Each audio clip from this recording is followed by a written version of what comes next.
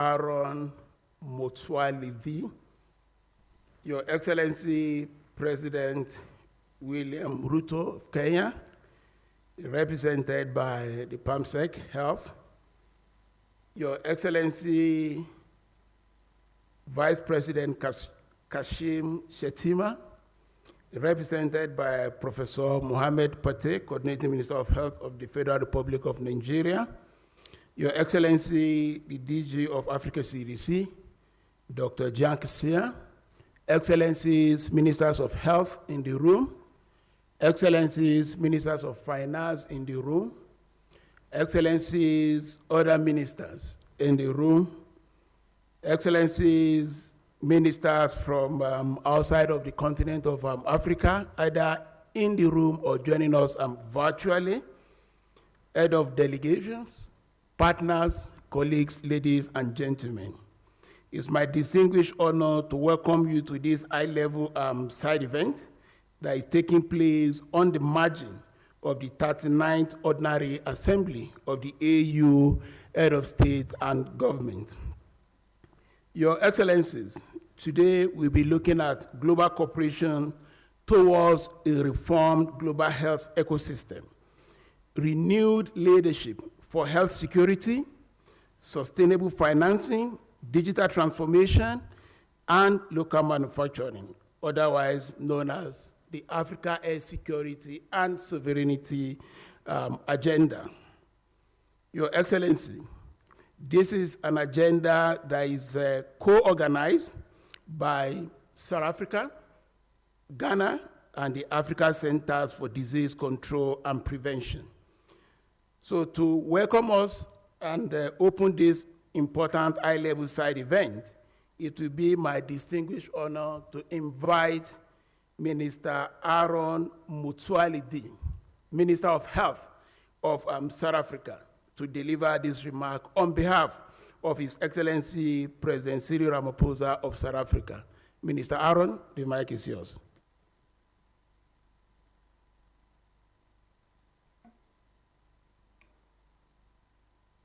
Program Directors, Excellencies, fellow Ministers of Health and Finance and various departments, Your Excellency, Dr. Jean Kessia, Director General of the Africa CDC, my colleague Minister of Health from Ghana, co-host,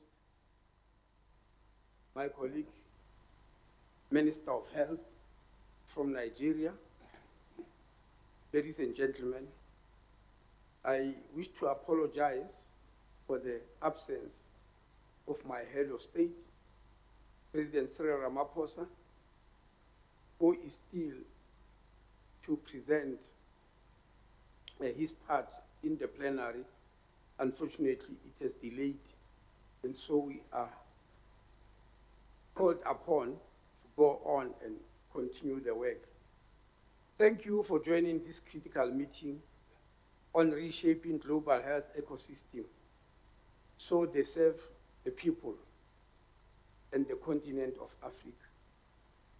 Africa continues to face a high burden of public health threats and outbreaks, with at least 213 moderate and high-risk events reported across the continent by Africa CDC in 2025. The COVID-19 pandemic enabled us to strengthen our continental systems to render us better prepared for future pandemics. This includes establishing and operationalizing the Africa Epidemic Fund as a sovereign state-led instrument to finance Africa's own defense against infectious diseases. We have mobilized approximately $24 million to date. Allow me to use this opportunity to invite member states, the private sector, and African philanthropies to contribute, thereby strengthening this mechanism as a pillar of continental health security. The number of operational national public health institutes also continue to grow, from 7 in 2020 to 25 in 2025, with an additional 19 member states at various stages of establishment. We've attracted over $4 billion in investment into regional manufacturing, leveraging partnerships with Afrexi Bank, Gavi's Africa Vaccine Manufacturing Accelerator, the Team Europe Initiative, the European Union Human Development Accelerator, and other strategic initiatives. Over the past few years, a number of global health organizations underwent their replenishment campaigns. Last year, we were proud to co-host the Global Fund replenishment campaign with the United Kingdom and help to secure $12.6 billion to fight HIV, TB, and malaria.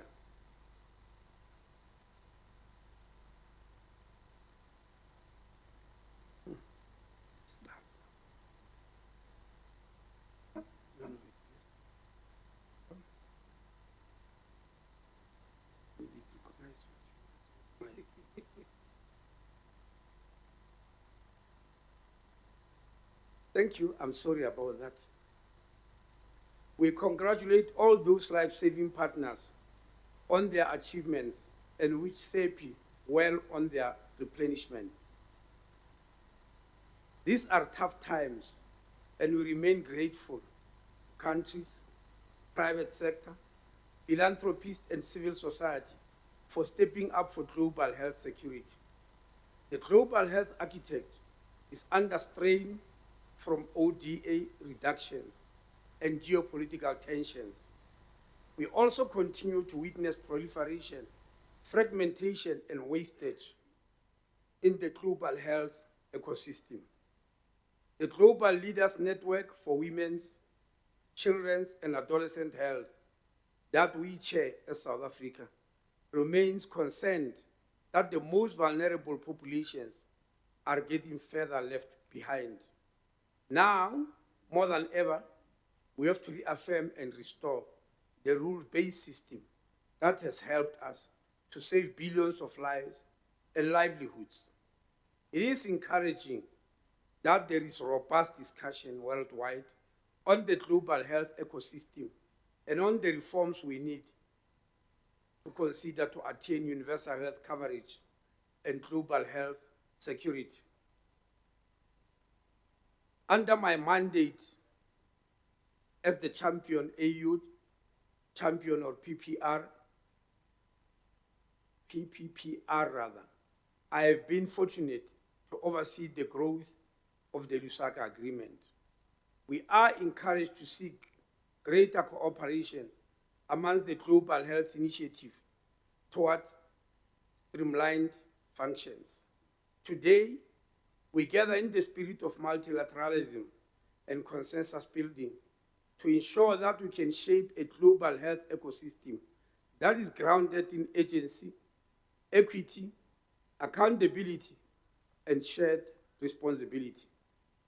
We support the various processes that are tackling different dimensions of the global health ecosystem, including the Accra Reset led by Ghana, the Donors Reflection Process led by EU, the Seville Global Action Plan led by Spain, and others. With the world just 4 years away from deadline of achieving Sustainable Development Goals, urgent action is needed. Actions that eliminate duplication, fragmentation, and wastage are to be encouraged in the light of these dire funding cuts. This is an opportunity to innovate towards streamlining and efficiency. We must also collectively support the Lusaka agenda to better align partner investments with national priorities and strengthen country ownership. We reaffirm our support for the Africa CDC and the World Health Organization as critical conveners in the global health ecosystem. It is our firm belief that by working together, we can achieve more faster. We must build on what we have and ensure that we deliver high quality health care in a cost-effective and impactful way. We look forward to learning from each other's processes and initiatives to gain perspective and clarity and to build trust as we reshape the global health ecosystem together. I thank you.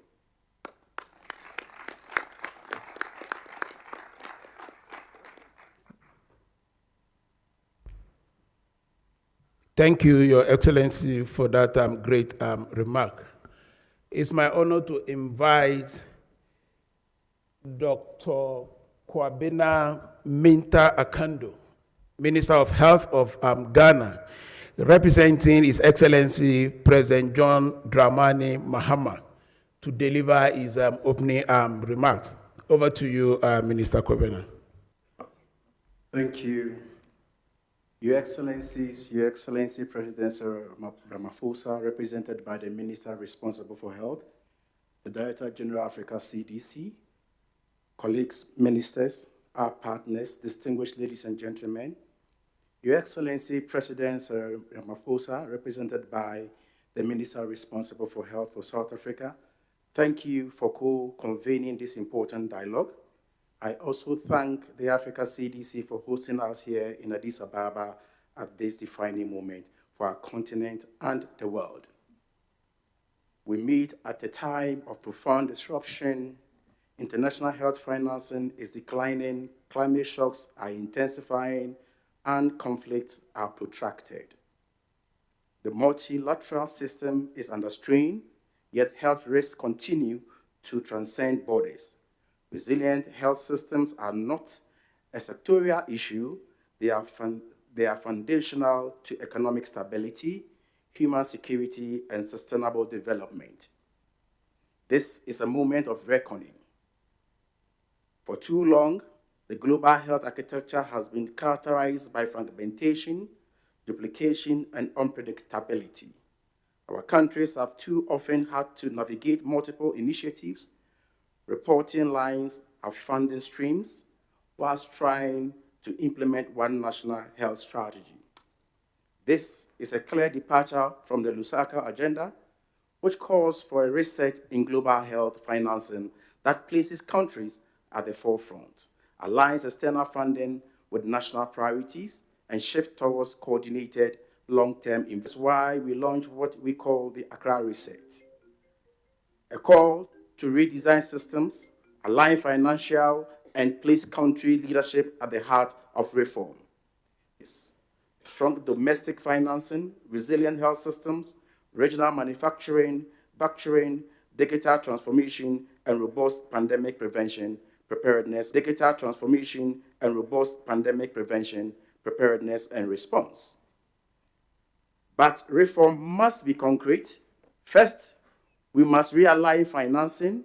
Domestic resource mobilization must increase, but it must be matched by catalytic, predictable, and transition-oriented international support. Development banks, global initiatives, and countries must align with national strategies, not run parallel to them. Second, we must safeguard global public goods. Surveillance, early warning systems, and rapid response capabilities must be strengthened regionally and globally. The next pandemic will not wait for institutional reform. Third, we must reduce fragmentation. We must clarify mandates across global, regional, and national levels and ensure that scarce resources deliver maximum value for money. Efficiency is not optional in a time of shrinking budgets. Fourth, we must invest in a regional manufacturing and food procurement. No region should ever again be last in the queue for vaccinations, diagnostics, or therapeutics. Ghana stands ready to work with all of you to advance this agenda. Our role is to build bridges between continents, between institutions, and between reform processes. But let me be clear, this movement must remain open. We invite other countries, regional organizations, development banks, civil society, and the private sector to join this consensus-building pathway. Reform of the global health architecture cannot be exclusive. It must be collective. Colleagues, history will judge us not by the communiques we adopt, but by the coherence we achieve and the lives we protect. The Accra research tells us that Africa can fund its own health if we choose efficiency over dependency. The Africa Health Security Sovereignty Agenda tells us that the sovereignty is not isolation. It is responsible leadership within a working multilateral system. Today, from Addis Ababa, let us send a clear signal. Africa is not retreating from multilateralism. We are reshaping it. We are moving from fragmentation to alignment, from dependency to ownership, and from rhetoric to implementation.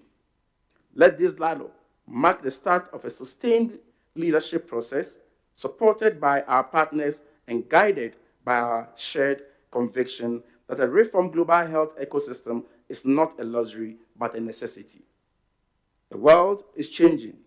Let us lead that change together. Thank you for the opportunity.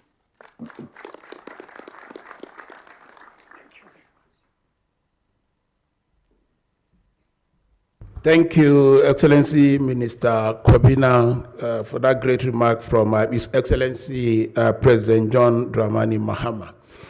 Next to deliver his remark is Dr. Uma Oluga, PAMSEC, Kenya Minister of Health, representing President William Ruto of Kenya. Over to you, PAMSEC. Your Excellency, President Cyril Ramaphosa, represented by the Minister of Health, the Excellencies present, Honorable Ministers, Director General of Africa, CDC, Dr. Jean Kaseya, ladies and gentlemen, Kenya joins. Global financial systems must evolve to provide timely, affordable, and predictable resources for pandemic preparedness. Debt vulnerabilities currently limit the fiscal space for many African nations, constraining vital health investments. We must fund preparedness before a crisis strikes, not during the crisis and not after the crisis. In Kenya, we are advancing universal health coverage as a sovereign obligation, enrolling more than 29 million people into a new social health insurance scheme, with the most vulnerable fully subsidized by the state. However, national efforts alone are not enough. We must adopt a One Health approach, recognizing the interconnectedness of humans, animals, and the environmental health. Furthermore, a healthy nation begins with the dignity of its mothers and children. Through our Every Woman, Every Newborn, Everywhere framework, Kenya is prioritizing increased government financing and digitizing to end preventable and maternal newborn deaths. Africa must accelerate local manufacturing and collaborative research as foundations for health sovereignty. To reduce dependence on fragile external supply chains, we need regional manufacturing hubs, we need harmonized regulations, and we need pooled procurement mechanism. Kenya has already introduced accelerated 6 months regulatory evaluation timelines and reduced fees for local manufacturers. We offer this capacity not just as a national asset, but as a continental public good.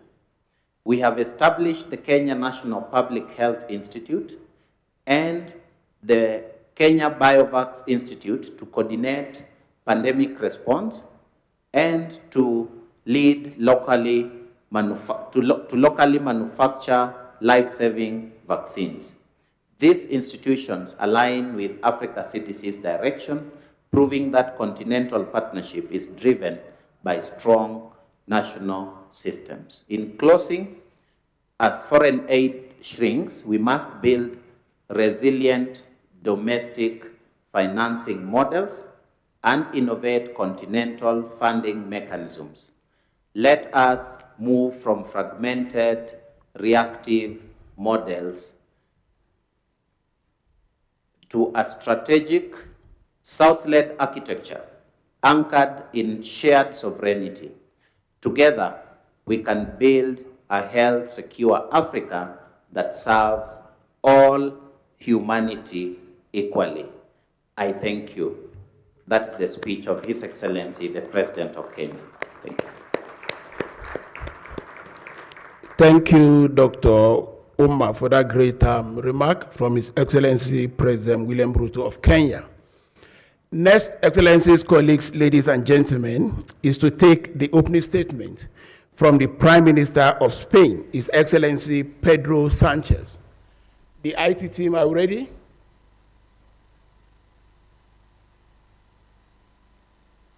The global health system is under immense pressure. Geopolitical tensions are rising, reforms are lagging behind, and past progress is now at risk. For Spain, improving the global health system is an urgent priority. Only 6 years have passed since a pandemic shook the entire world. It took millions of lives, it caused a deep economic crisis, and it exposed our vulnerabilities. We cannot step back now. We must build a stronger, more efficient, and more sustainable global health ecosystem. The Sevilla conference was a meaningful step forward. A group of countries and organizations committed to developing a roadmap for change. Today, we must keep the work and undertake the reforms required to ensure that access to health ceases to be a privilege.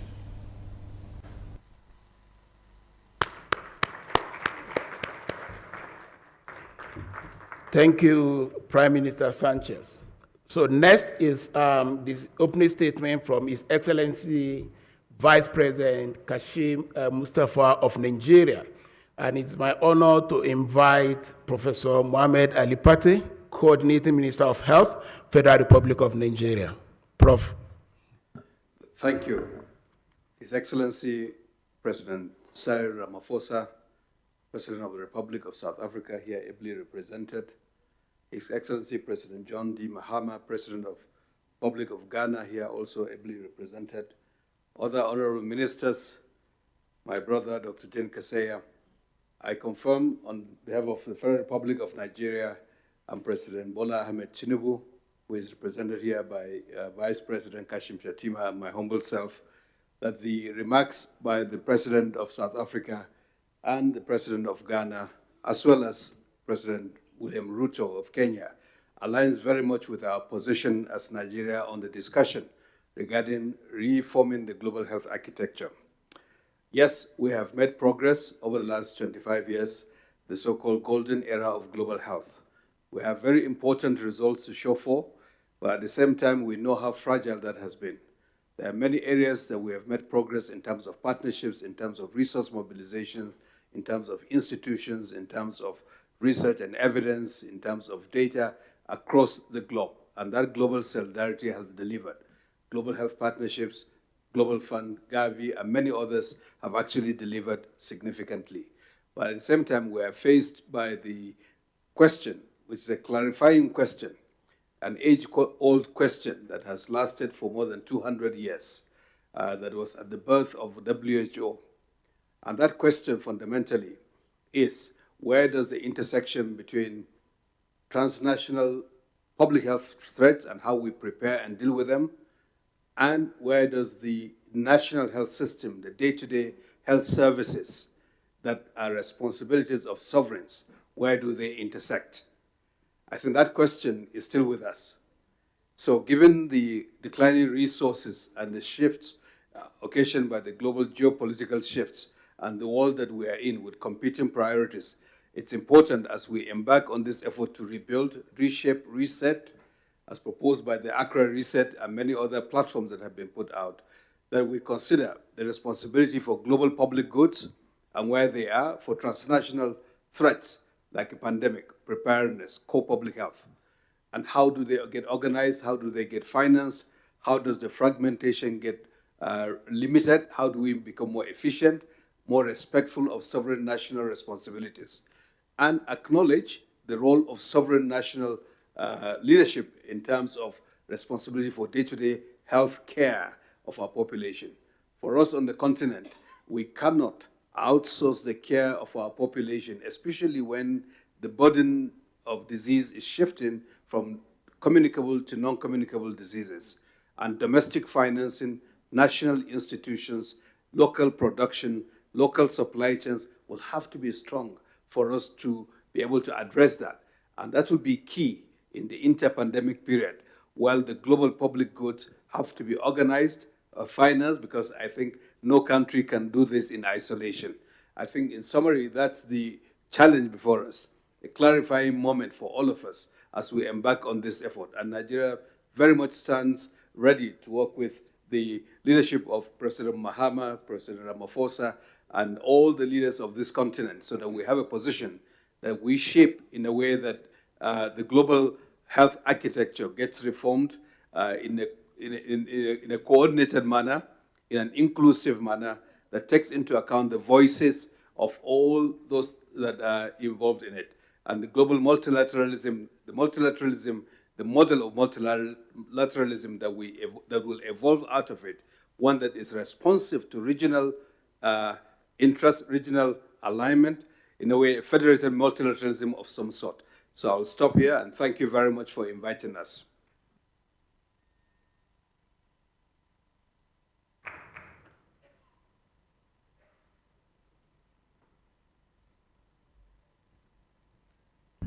Thank you, Your Excellency, Professor Mohamed Ali Pate, for that remark from Vice President Kashim Mustafa of Nigeria. Excellencies, colleagues, ladies and gentlemen, to reflect on the regional perspective on the global health architecture reform is His Excellency Dr. Jan Kaseya, the Director General of Africa CDC. So, Dr. Jan Kaseya, the mic is yours. Your Excellencies, President Ramaphosa, represented by Minister Motsoaledi, President John Mahama, represented by Minister Kwabena, President Ruto, represented by the PARSE, and President Bola Tinubu, represented by Coordinating Minister Rosa Pate. All ministers representing the head of state here present. We are also having our partners attending either physically or virtually. It's our first time as the continent bringing ministers of health under the leadership of our president to think about the concept of reform of the global health architecture. This discussion came from the initiative the President of South Africa and the President of Ghana took to convene our leaders to give a way to move forward with this global health architecture. Africa approaches this dialogue with a firm belief in multilateralism, reformed, strengthened, and made more responsive to the realities of our time. The global health architecture must evolve to become more coherent, more equitable, and more country-driven. Our continent has demonstrated resilience.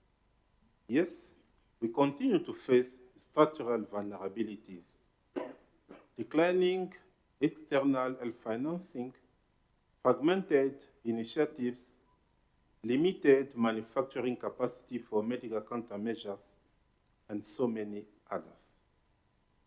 these are not temporary challenges. They are systemic weaknesses that require structural solutions.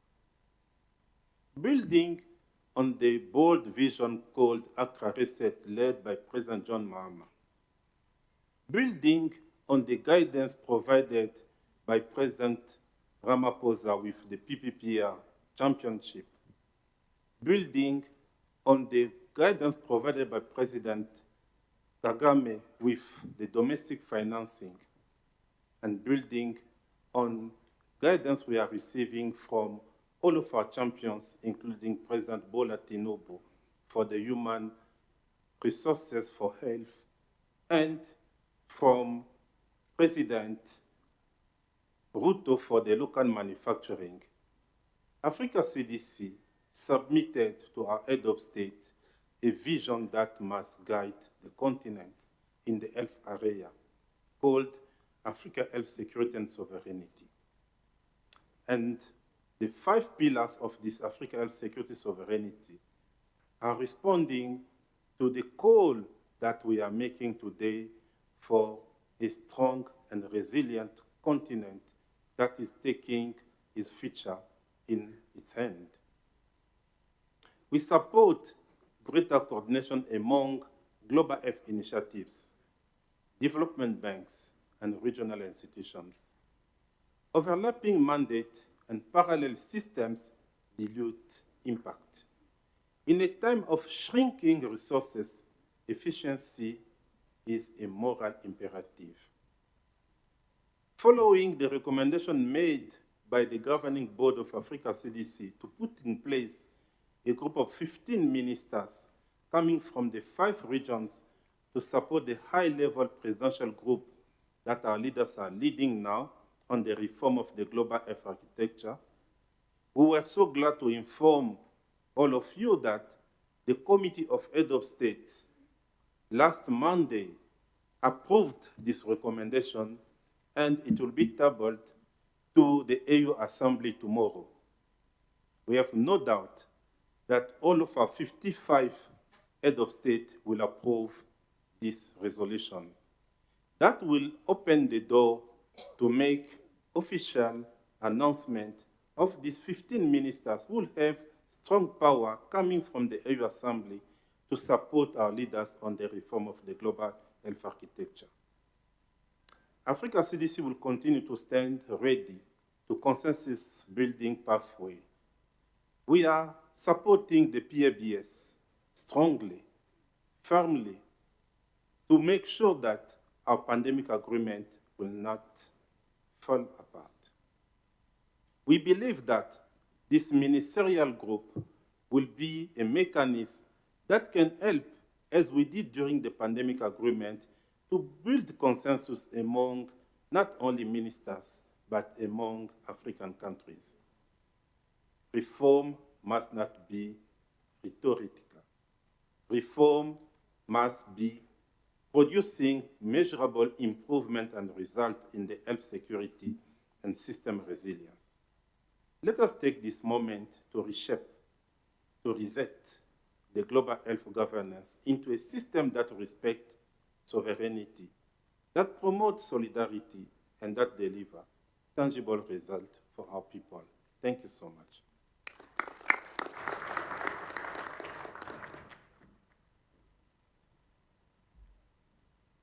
Thank you, Your Excellency, Dr. Jean Kaseya, for that regional perspective on the global health architecture reform. Excellencies, colleagues, ladies and gentlemen, it's my honor at this junction to invite the Minister of Health and the Deputy Prime Minister of Norway, Dr. Jan Christian Vast, to deliver his high-level statement. IT, are we ready? Excellencies, dear friends, we stand at the moment of time where the forces pulling us apart are as powerful as the opportunities drawing us together. A moment shaped by a pandemic that exposed deep fractures in our joint capacity to respond. As countries work to strengthen nationally led health systems, external funding that has complemented these efforts is in some cases being reduced, placing HIV, malaria, and maternal health programs under additional strain. And yet, we stand at a moment where technology gives us tools we have never had before, and where countries committed to solidarity are taking historic ownership of our shared health future. Friends, this is precisely where our greatest opportunity lies. Business as usual will no longer serve families and individuals who need our collective effort the most. The recognition has never been more urgent. Now is the time to act. Now is the time to make necessary changes. Dear friends, the Lusaka agenda shows the way, where primary healthcare is the foundation, where countries lead, and where sustainable domestic financing is built over time. Norway strongly supports the African Union principle of one national plan, one budget, and one monitoring and evaluation system. External financing must align with national priorities. Health reform cannot succeed without a financing reform. Norway therefore supports stronger use of tax measures, debt tools, and innovating financing to expand investments in health. Dear friends, the question is no longer whether reform in the global health architecture is needed. The question now is whether we have the courage to deliver this together. This process will demand political leadership and difficult conversations. We must questions like how do we consolidate institutions, how do we clarify mandates, and how do we reduce the number of fragmented financing instruments. We must become catalysts for sustainable, domestically financed health services and bring coherence to a crowded landscape, including through the UN 80 and a stronger, reformed, rebuilt WHO. Norway will stand together with our friends, African leaders, the African Union, and Africa CDC. I want particularly to recognize President Ramaphosa's leadership as the champion for global health and for resilience from future health crises. We will work with all our partners and we will contribute to a coordinated, practical, and results-oriented reform. A reform that will ensure a global health system fit for our common future. Thank you.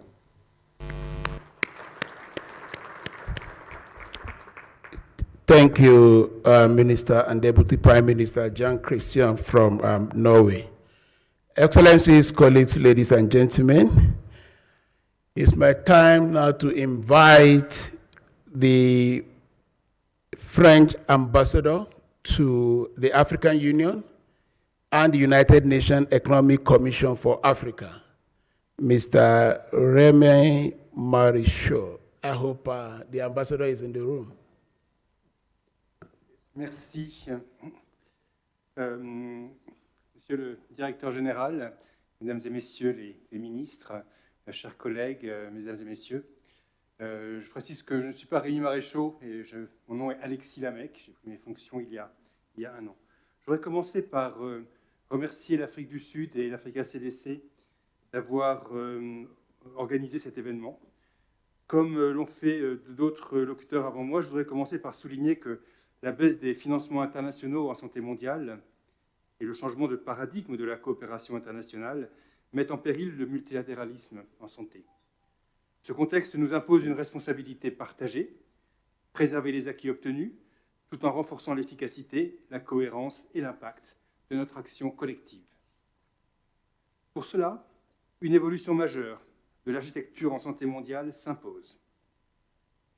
Il s'agit, dans un environnement financièrement contraint, de déplacer le centre de gravité de l'écosystème vers les besoins, vers les priorités des pays et de leur population, afin d'améliorer les résultats en matière de santé et de porter les priorités que sont le renforcement des systèmes de santé, la promotion de la couverture sanitaire universelle, la préparation et la réponse aux crises sanitaires, le financement durable de la santé, ainsi que l'accès équitable aux soins et aux innovations pour les populations les plus vulnérables.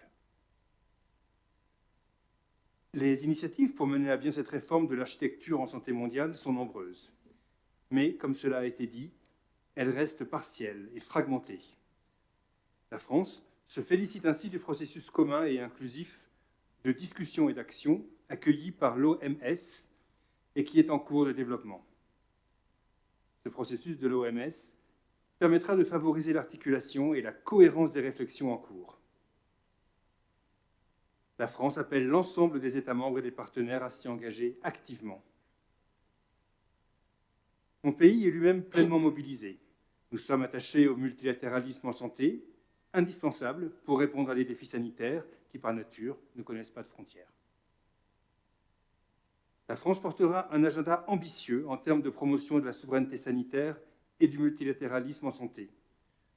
Dans le cadre de la présidence française du G7, dans le cadre du One Health Summit qui sera organisé en avril, ou bien du sommet Africa Forward que le président Ruto et le président Macron organiseront ensemble en mai et qui offriront des espaces de dialogue pour assurer un véritable partenariat entre les bailleurs et les pays du continent africain. À ce titre, bien entendu, le rôle des organisations régionales est indispensable, comme l'Africa CDC, qui joue un rôle structurant sur le continent africain et le renforcement de la souveraineté sanitaire des pays, et je les en remercie.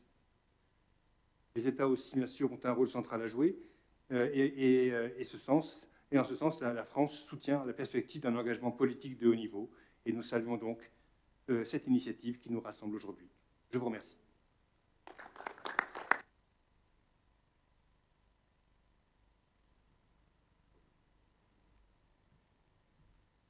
Thank you, Ambassador. So next is to take the statement from Belgium. And we have the representative of Belgium mission to AU, Ethiopia, and Djibouti online. IT?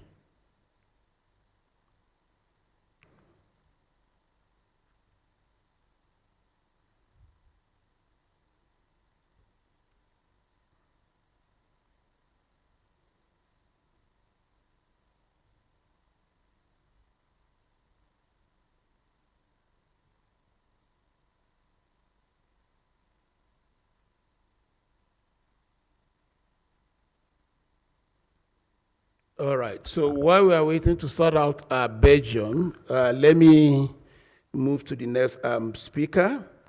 So joining us this afternoon from UK is Ambassador Darren Wesh, the UK ambassador to Ethiopia. Ambassador, the mic is yours.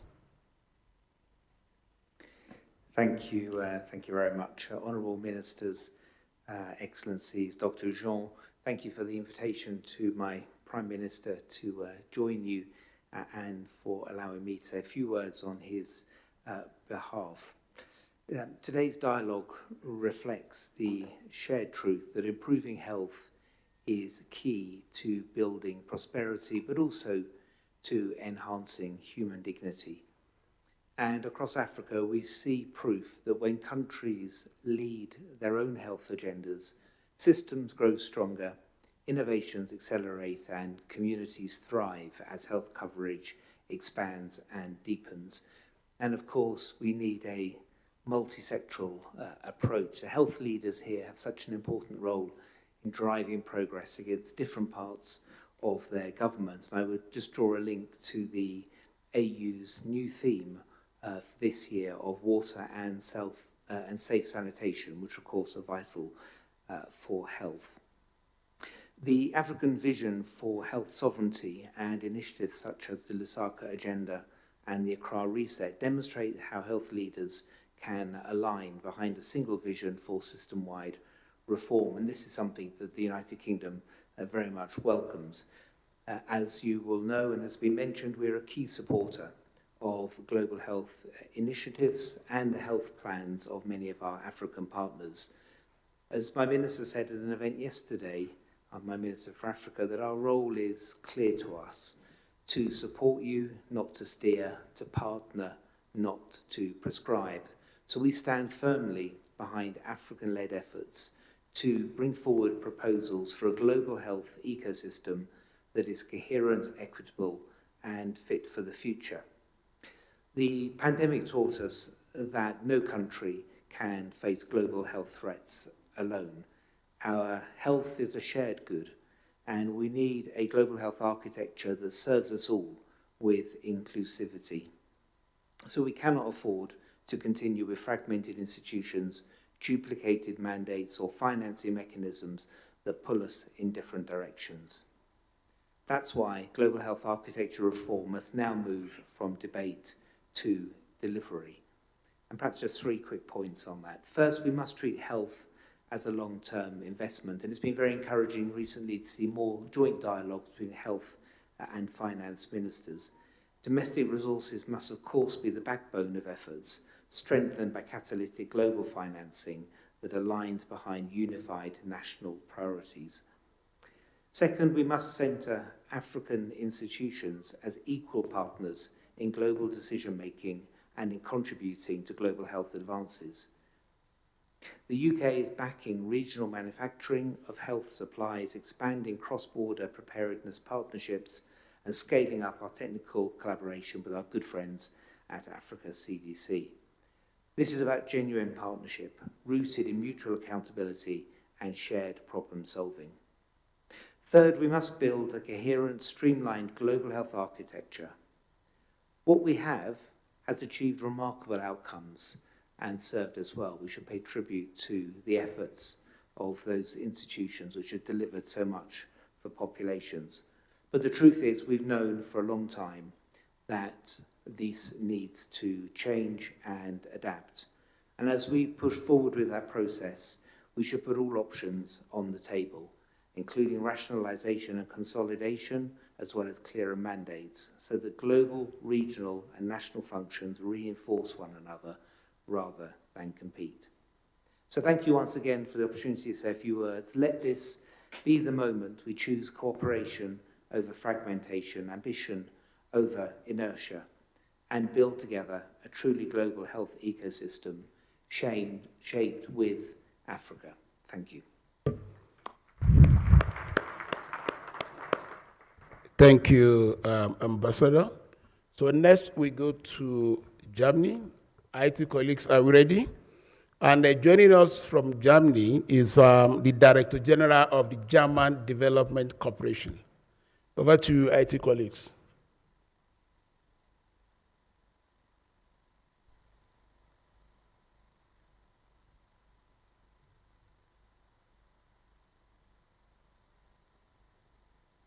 Good afternoon.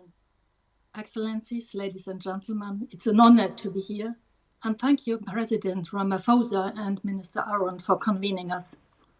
This convening is highly relevant and timely.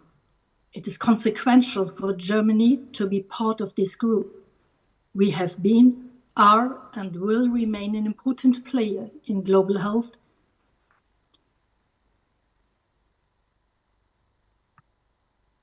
Excellencies, ladies and gentlemen, it's an honor to be here and thank President Ramaphosa and Minister Aaron for convening us. It is consequential for Germany to be part of this group. We have been, are, and will remain an important player in global health, not only financially, but also through our continued engagement and support. Allow me briefly look back and acknowledge that the current global health system has been extremely successful in driving progress worldwide. It has significantly improved many people's lives, and effective approaches should be preserved. However, we fully agree that in order to meet the challenges of the future, the global health ecosystem must continue to evolve. The world needs a system that contributes to universal health coverage and health security, with strong, integrated, and resilient health system at its core. Prevention should remain our primary focus. We are convinced that such a system must be rooted in multilateralism and human rights while playing country needs and its heart, supporting strong national ownership And as an important part of this, facilitating the transition towards financial self-reliance and health sovereignty.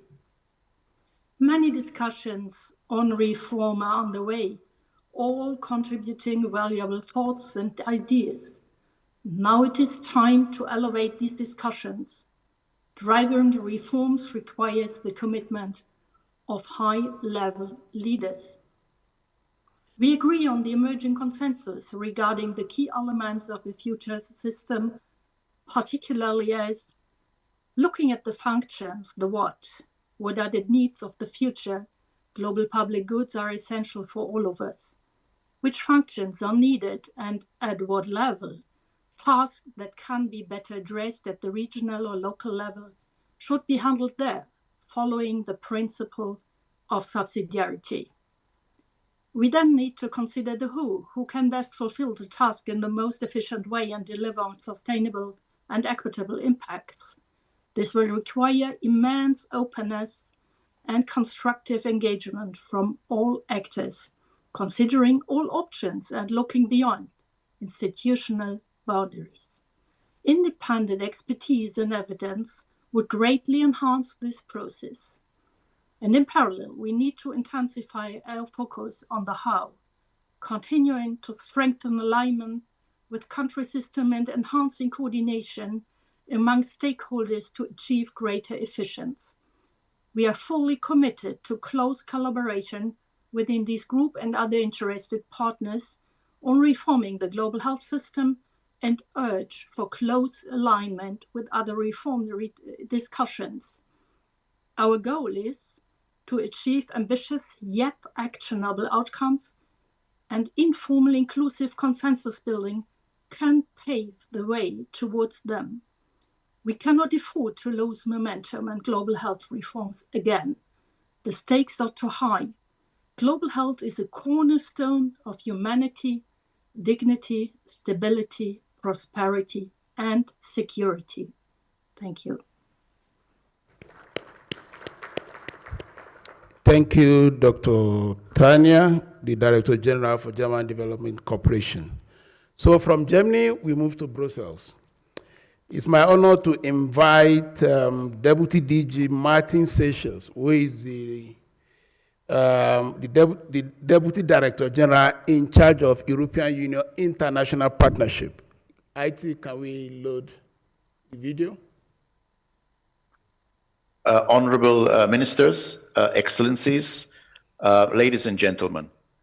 Let me begin by expressing my sincere appreciation to His Excellency President Cyril Ramaphosa of the Republic of South Africa and to His Excellency President John Dramani Mahama of the Republic of Ghana for convening this important and timely high-level dialogue. I would also like to thank the Africa CDC under the leadership of His Excellency Dr. Jean Kaseya for hosting this dialogue. It is an honor for the European Union to join you all today at this pivotal gathering on the future of the global health ecosystem. The hard lessons learned over the years, combined with the recent sharp decline in health financing, underscore the urgency of addressing inefficiencies, inequities, and fragmentation within the global health architecture. Our collective response must be grounded in resilience, responsible sovereignty, and shared interest. Our presence here today is proof that this is a decisive moment. The European Union recognizes the need to seize the current momentum, stemming from initiatives such as the Accra Reset and the Africa CDC's Health Security and Sovereignty Agenda, which inspire us to work together to advance national ownership, regional solidarity, and effective multilateralism. We very much welcome last week's decision by the WHO Executive Board to mandate the organization to host and design a process bringing together key global partners. This decision was taken by consensus with the strong support of the European Union and its 27 member states. By respecting the convening role of the WHO, the decision is a robust and very necessary signal of support to multilateralism and of the WHO's role as cornerstone of the global health ecosystem. We very much welcome this discussion in the margins of the 39th African Union Assembly, as it can provide essential political guidance to the WHO-hosted process, to which the European Union is ready to contribute as well. Numerous reflections have already taken place, including within the European Union. It is essential, however, that all these processes converge towards a coherent vision, one that clarifies mandates at global, regional, and national levels, and ultimately strengthens the performance, efficiency, and resilience of health systems. The commitment of the European Union to this agenda is enshrined in the EU Global Health Strategy and in the EU Global Gateway Strategy. It was also captured in the declaration of the EU-AU summit that took place in Luanda last November. President von der Leyen reiterated this commitment, announcing the launch of a new Global Health Resilience Initiative.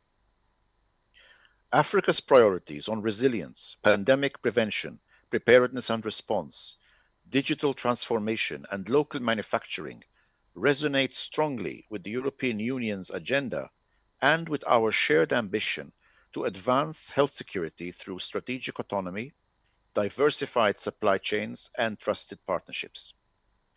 In this regard, a successful transition towards greater health sovereignty and regional manufacturing requires clear and predictable demand signals. We welcome the leadership shown by African partners and encourage continued efforts to strengthen procurement coordination and provide longer-term visibility that can help attract sustainable investments. To conclude, we firmly believe that a reformed global health system must be inclusive, sustainable, and capable of addressing cross-border challenges. We must therefore act now to build a future where health security and universal health coverage are not aspirations, but realities. Thank you. Thank you, Martin, for that high-level statement. Excellencies, colleagues, ladies and gentlemen, the next item on our agenda is to take messages of solidarity from our partners. And we'll be starting with the partner representing the civil society organizations, the Pandemic Action Network. Your Excellencies, all protocols observed, I want to stand in solidarity with the messages that have been expressed. For us from civil society organizations, and I just want to reiterate that since about 2 months ago, we transformed our names from Pandemic Action Network to Resilience Action Network Africa for very reasons that we're talking about today. The challenges we face when we end up with a situation where we have a pandemic, a lot of things have failed upstream.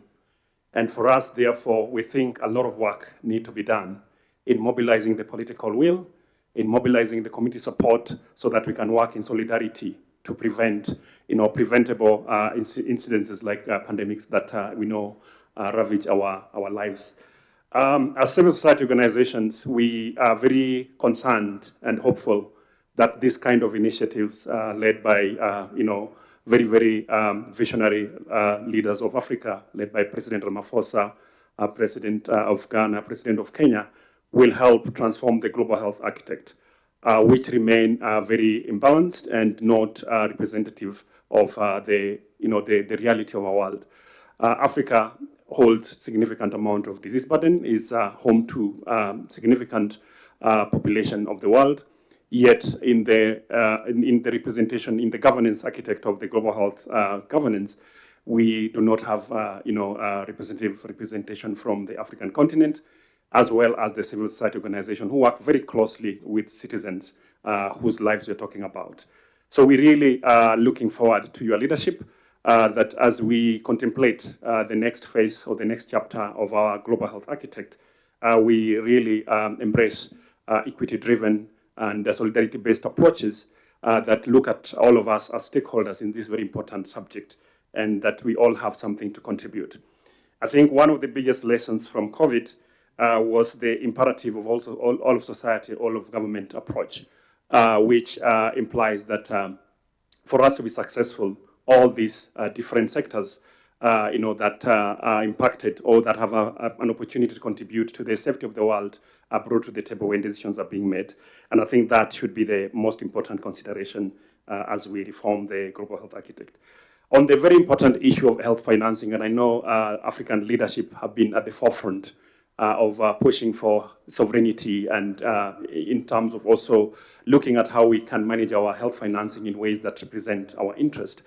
We are concerned and, of course, drawing very and setting lessons from COVID that charity-based philanthropic gestures or discretionary contributions do not correspond to the weight and the magnitude of challenges that we face.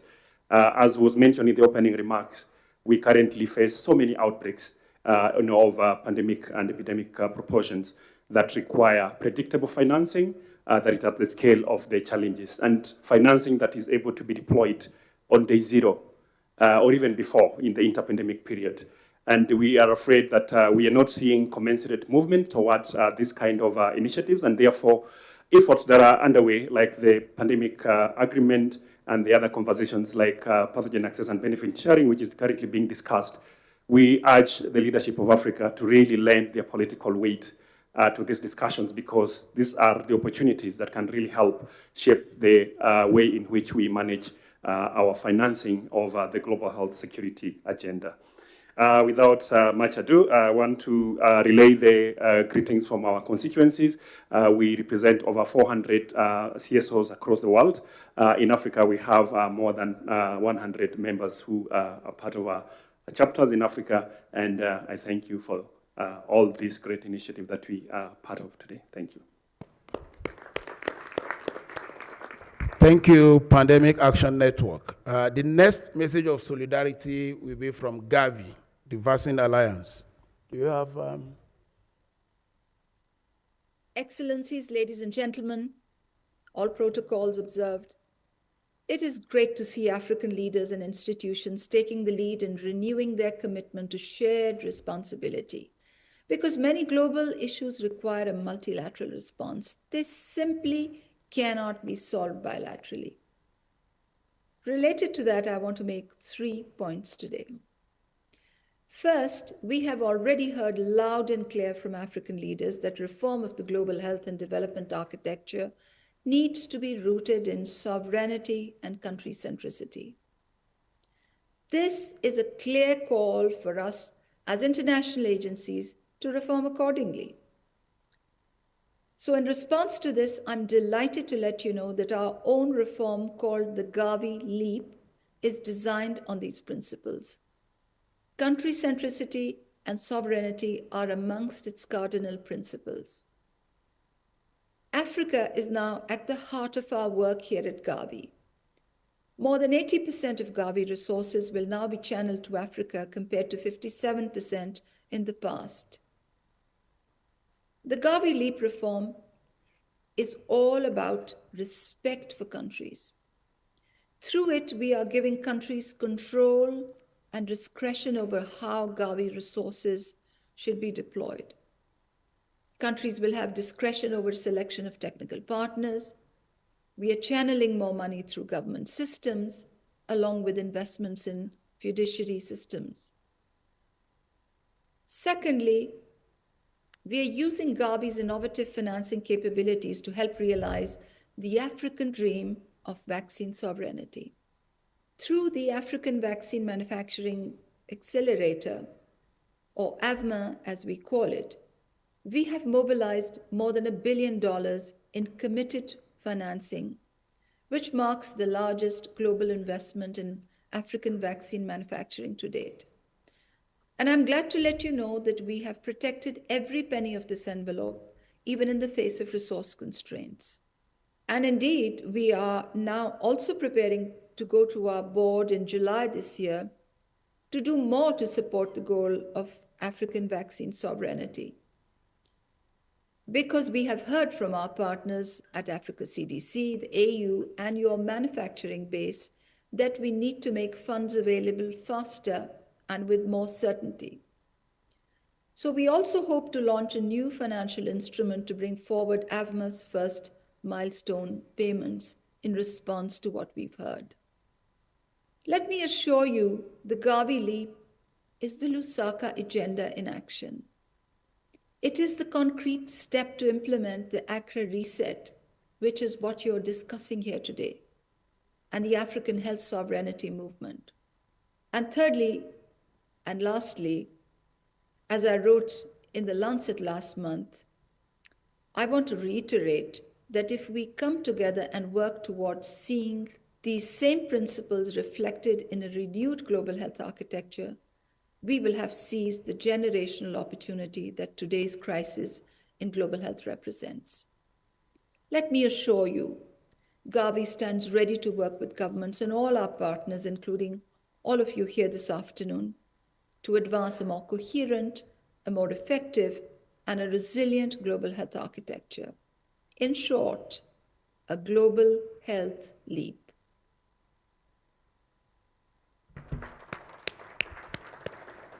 Thank you, Dr. Sonia. So the next message of solidarity will be from Global Fund. So do we have Peter Sand on? I am online. Can you hear me? Yeah, please go ahead, Peter. Thank you very much. Your Excellencies, partners, colleagues, all protocol observed, and my particular thanks to President Ramaphosa, represented by Minister Motsoaledi, and to my friend Jean Kasea, Director General of the Africa CDC. As the biggest multilateral provider of funds for health across the continent, the Global Fund is committed to being a trusted partner to AU member states as they fight the biggest infectious diseases, HIV, TB, malaria, strengthen their health systems, and improve the health of their citizens. And we're proud to be a partner of the AU, of Africa CDC, and are fully committed to supporting both the spirit and substance of the Accra Reset. It so happens, and the reason I'm not with you is yesterday, the Global Fund Board concluded its 54th board meeting, and key to our discussions were a series of significant strategic shifts that we are implementing for Grant Cycle 8, the next grant cycle. Among the most relevant to this discussion are, first, shifting even more of our resources towards the very poorest countries with the highest disease burdens. This means Africa will get an even higher proportion of the $12.6 billion we raised at the 8th replenishment. And I must take this opportunity to give a shout out to both the President Ramaphosa and to Minister Motsoaledi for their leadership and the excellent efforts of their teams in co-hosting that replenishment alongside the UK. Second, we are intensifying our support to countries as they accelerate their journey towards self-reliance. This includes specific actions around things like the public financial management for health, supporting efforts to mobilize domestic resources, innovative finance, and working together to enhance the efficiency and effectiveness of procurement channels, including by supporting local manufacturing. And we are collaborating closely, as it happens, with Africa CDC and other partners on all these efforts. Third, we are looking to foster greater integration of HIV, TB, and malaria systems into the overall primary healthcare systems and national healthcare strategies, responding to individual country contexts. This is part of our efforts to reinforce sustainability and maximize the impact of every dollar.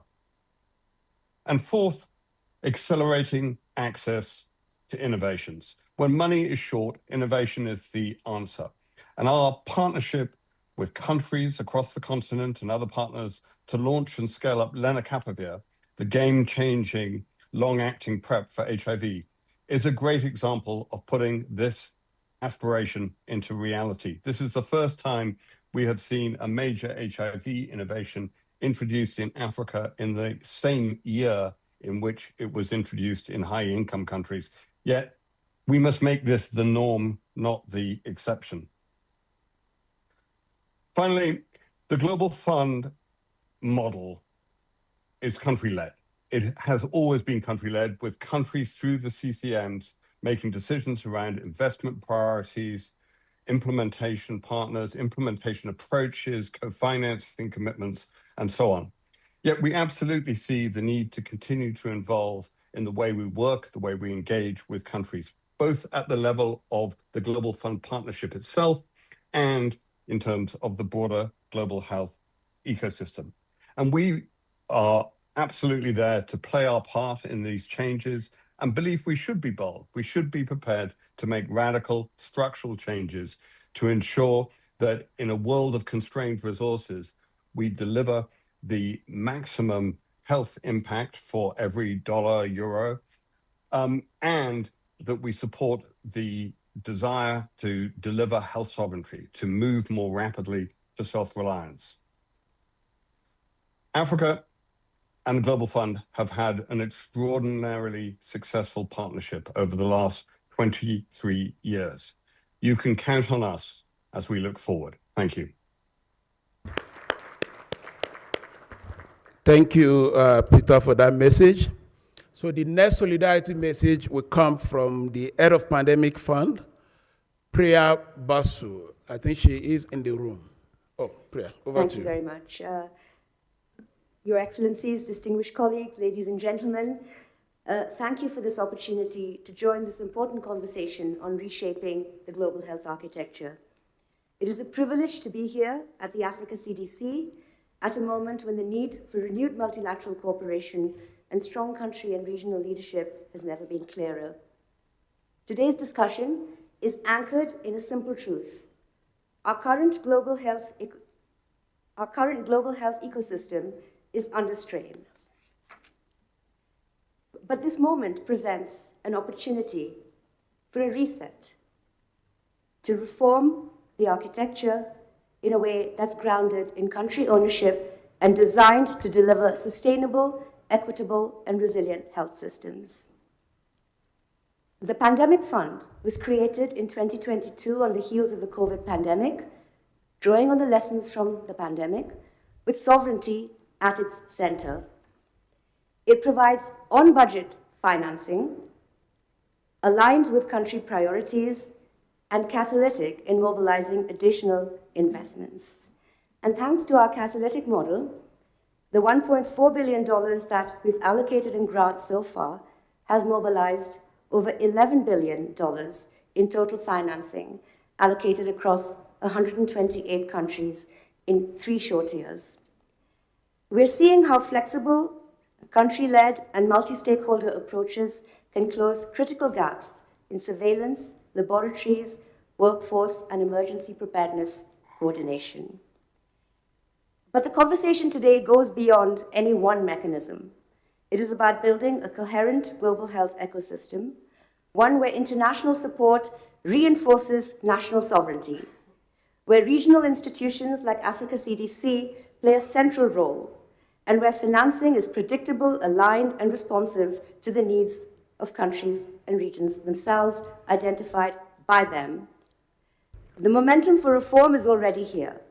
From Africa CDC's health security and sovereignty agenda to the Lusaka agenda, the Accra reset, and the global health dialogues emerging from the 4th International Conference on Financing for Development in Seville. These processes converge on the same message. We need a streamlined system that delivers global public goods, strengthens national systems, and mobilizes sustainable financing at scale in a manner that sustains. As we move forward, our task is to transform this convergence into action. That means advancing health sovereignty, that means elevating regional leadership, and ensuring that multilateral institutions and global health initiatives work in harmony rather than in silos.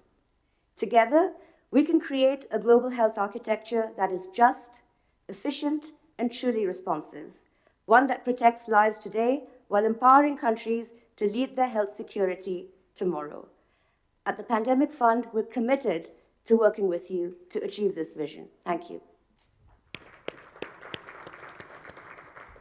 Thank you, Priya, for that message. So the next solidarity message will come from the Vice President, Susan Thompson Buffett Foundation, Professor Senai Fisel. Prof. Thank you, moderator. Can you hear me? Yes, Prof. Excellent. I'm sorry I couldn't be with you in person. I'm on the other side of town, just finishing a bilateral, but really appreciate the opportunity. Excellencies, ministers, distinguished colleagues, and partners. I think we've heard from so many speakers prior to me that global health stands at a historic turning point. For decades, the architecture of global health cooperation has too often reflected patterns of dependency, fragmentation, and externally defined priorities that did not always align with national realities.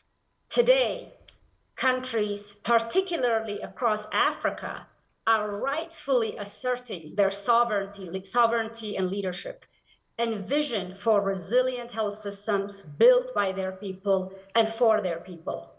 So this moment is not simply about reform, it's really about transformation. It's about completing the unfinished work of decolonizing global health so that partnership replaces paternalism, alignment replaces fragmentation, and country leadership replaces externally driven agendas. In this spirit, I wish to express sincere appreciation to Africa CDC for its leadership in advancing African ownership of health security and public health systems. Africa CDC continues to demonstrate how regional solidarity, technical excellence, and political commitment can reshape global health cooperation. I also would like to extend deep appreciation to the President of South Africa for championing African leadership in global health and for helping mobilize the political will required to move from dialogue to implementation. Also gratitude and thank you to President of Ghana for his leadership in advancing the Accra Reset, a timely and important call to realign global health partnership around country ownership, transparency, and mutual accountability.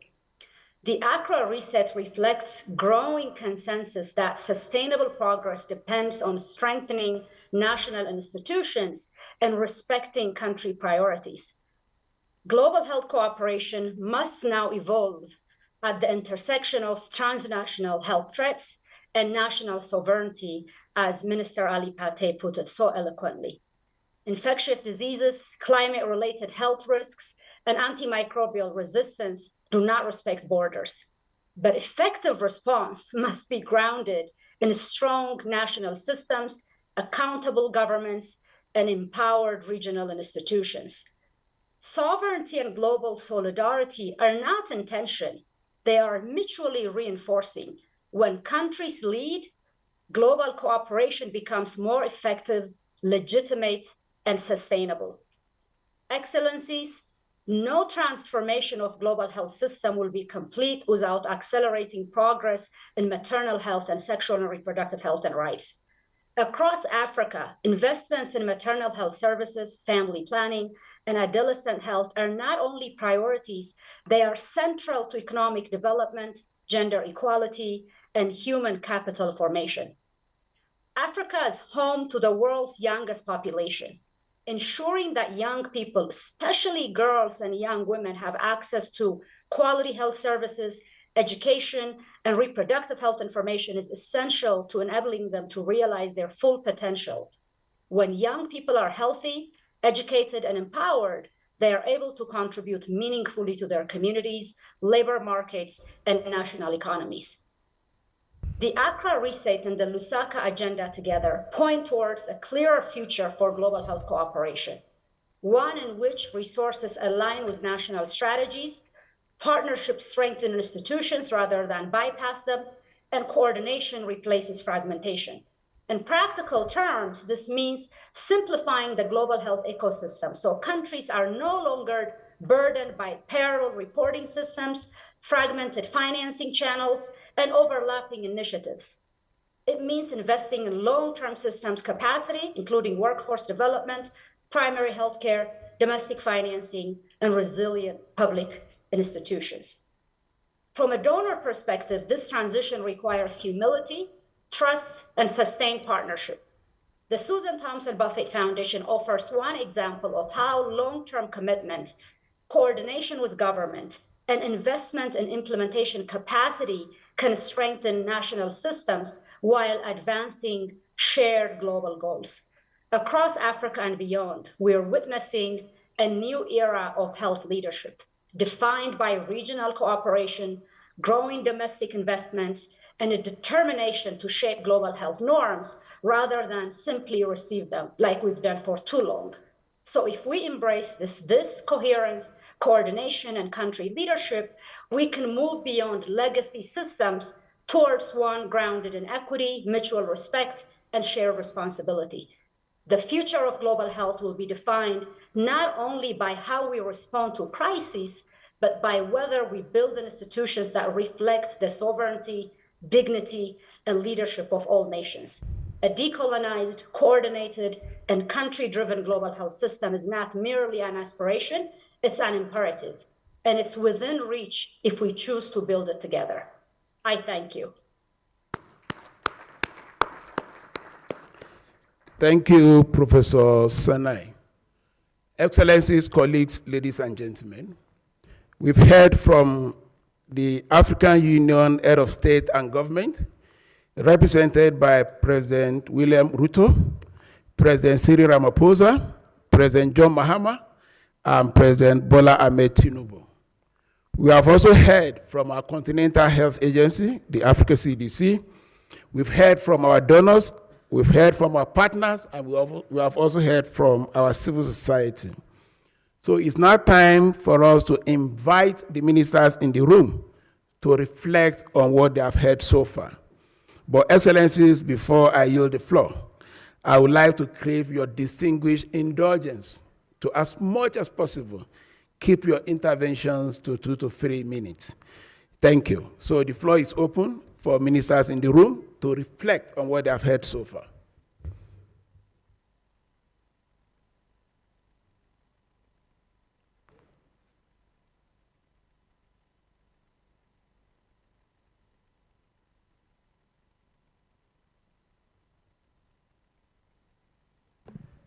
All right. So, okay. Do we have a roving mic? Correct. Okay, thank you, Chair. This is Sarah Rial, the Minister of Health from South Sudan. South Sudan stands at a defining moment where domestic fiscal reality meets global reform. At home, our Ministry of Health is operating within a constrained budget of 1.3%, classified as off budget, and historically reliant on external financing. That model is no longer sustainable. With an anticipated 80% reduction in US support and 20% decline from the EU, the financing gap is immediate and real. We currently require 10 million to stabilize the health sector, $10 million to stabilize the health sector transformation project, and we require $30 million for vaccine co-financing and emergency response readiness. But this is not just about funding, it is about reform. Domestically, we are strengthening accountability. We have committed to project-specific transparency, including named infrastructure projects, like projects in Kwajok, which is one of our states. And we are establishing a transfer oversight committee to address the systemic issue of funds not reaching states' ministries of health. We are also advocating or advancing legislative reforms, pushing for a phased increase of the health allocation to 5%, hopefully by 2027, 28, and exploring innovative domestic revenue streams, such as health-oriented excise tax on alcohol and tobacco. However, reform is not only fiscal, it is structural. South Sudan is shifting towards what aligns with the vision of the Africa CDC and the new public health order. We have the first digital integration. Also, we the private sector engagement. We are offering tax exempts on medical equipments. And third is also the data-driven governance, cleaning the nominal role to ensure staffing and facility expansion based on verified fiscal realities. On the global stage, our message is clear. Reform of the global health architecture is no longer optional. It is survival. We must move from fragmented off-budget donor projects to integrated national systems that strengthen sovereignty. Finally, I want to let us be clear that health is not consumption, it is production. It is an economic engine, and global health security is only as strong as the national systems serving citizens in the most remote communities. South Sudan is not asking for charity, we are asking for partnerships in reform. Thank you.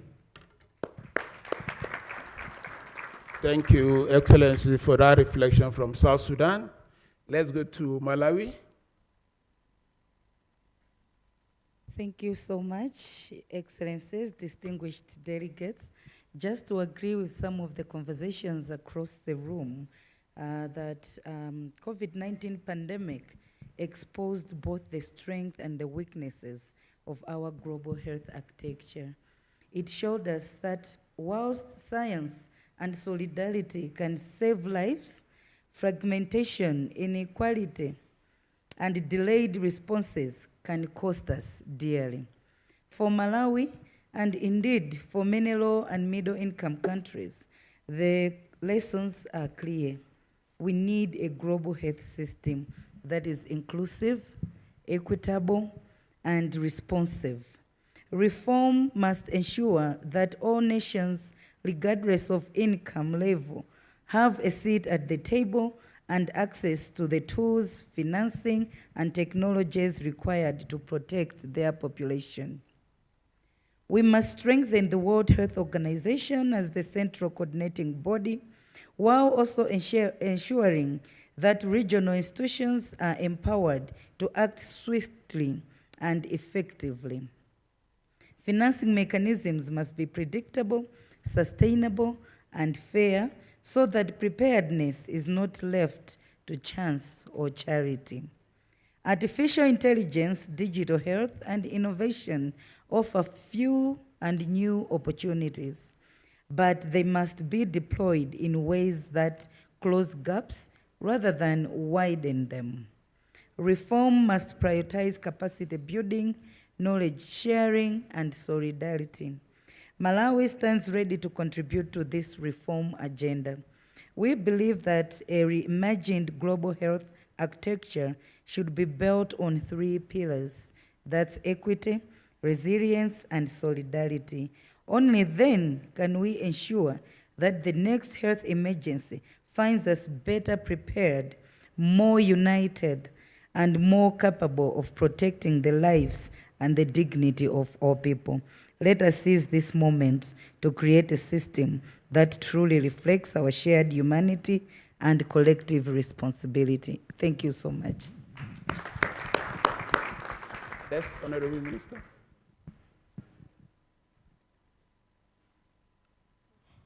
Good afternoon, everybody. I will speak in Portuguese, my language, so I want you to use the earphone. Em primeiro lugar, quero agradecer à África CDC pela oportunidade, os presidentes do Ghana e da África do Sul por promoverem este evento. Todos sabemos do papel fundamental que o clima tem hoje na saúde das pessoas e dos animais. Embora um país muito pequeno, São Tomé e Príncipe também tem contribuído para o bem da humanidade, sendo hoje o primeiro país do mundo com 100% do seu território declarado Reserva Mundial da Biosfera, com várias políticas para a proteção do meio ambiente. Nós agradecemos aos vários organismos internacionais que nos têm ajudado a conseguir alguns resultados encorajadores. No entanto, o país atingiu a graduação de país de desenvolvimento médio e isto trouxe-nos também novos desafios que nós os enfrentamos, como, por exemplo, a redução dos fundos de apoio internacional, mas com os novos desafios nós temos estado a lutar para encontrar soluções internas. Permita-me, irmãos de países do continente africano, abordar brevemente a situação dos pequenos estados insulares que difere de alguma forma dos demais países do interior do continente. Nós temos desafios parecidos, mas que se apresentam de forma diferente e nós precisamos uma abordagem diferente para os nossos problemas. E tenho aí a curiosidade de poder ver nesta nova visão da produção local de medicamentos e equipamentos médicos no continente africano, que papel vai ser reservado, que considerações especiais poderão ter para com os países pequenos em desenvolvimento, pequenas ilhas, e, portanto, gostaria que levassem atenção que as nossas características. Nós, muito em breve, em Santo Tomé e Príncipe, iremos realizar uma cimeira dos pequenos estados insulares no próximo mês de março e gostaria desde já convidar a quem os organismos que possam estar presentes para ouvir em viva voz as nossas prioridades. Muito obrigado a todos.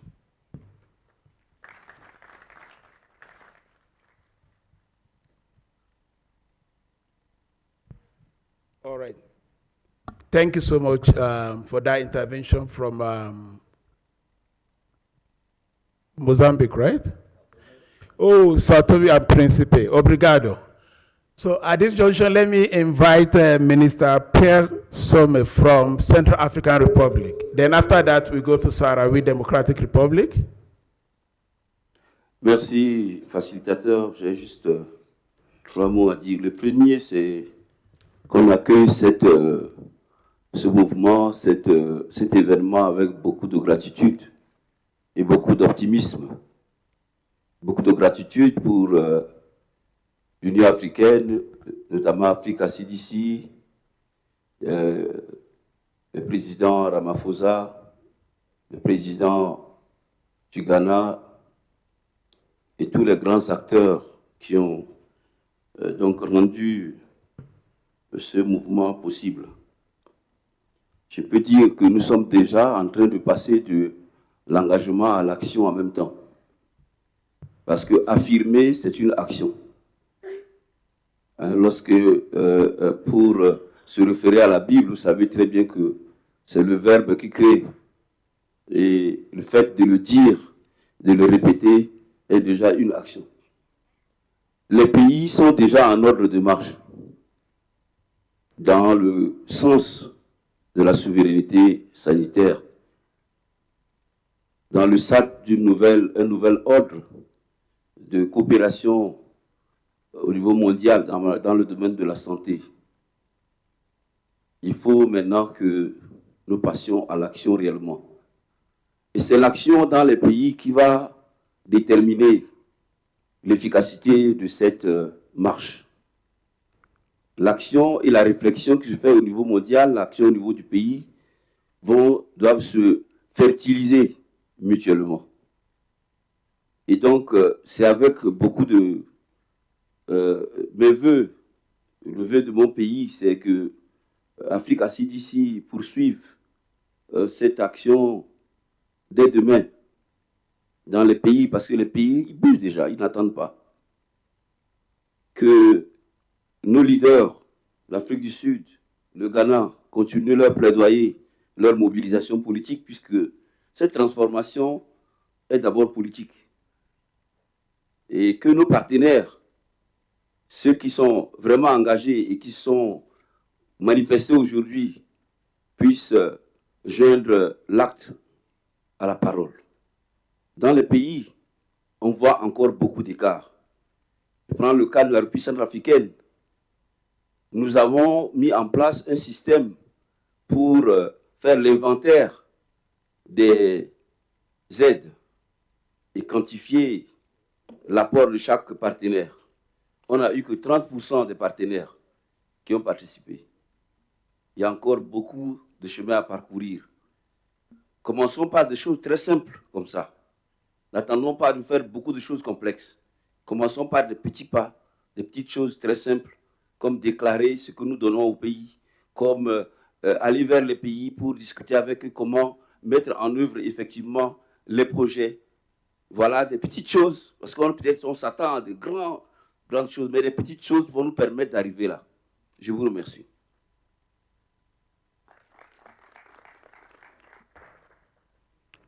Thank you, Your Excellency. So let's go to Sahrawi Democratic Republic, then Gambia. Okay. Okay, then Togo, Gabon. Thank you. Buenas tardes a todas y a todos los presentes. En primer lugar, agradecemos a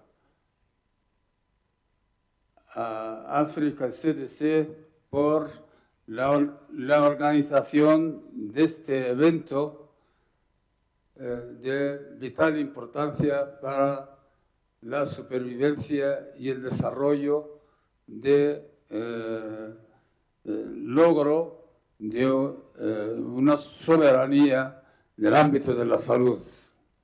Es importante plantear que la República Árabe Saharaui Democrática, independientemente de su situación excepcional en la que se encuentra, siempre hemos optado y hemos apostado por dar cobertura sanitaria a toda nuestra población. Gracias al apoyo y a la solidaridad internacional. Evidentemente está presente también dentro de ese ámbito la colaboración estrecha con África CDC, que en cierta manera también ha tenido una contribución importante, sobre todo en el ámbito de la prevención y esencialmente en el ámbito de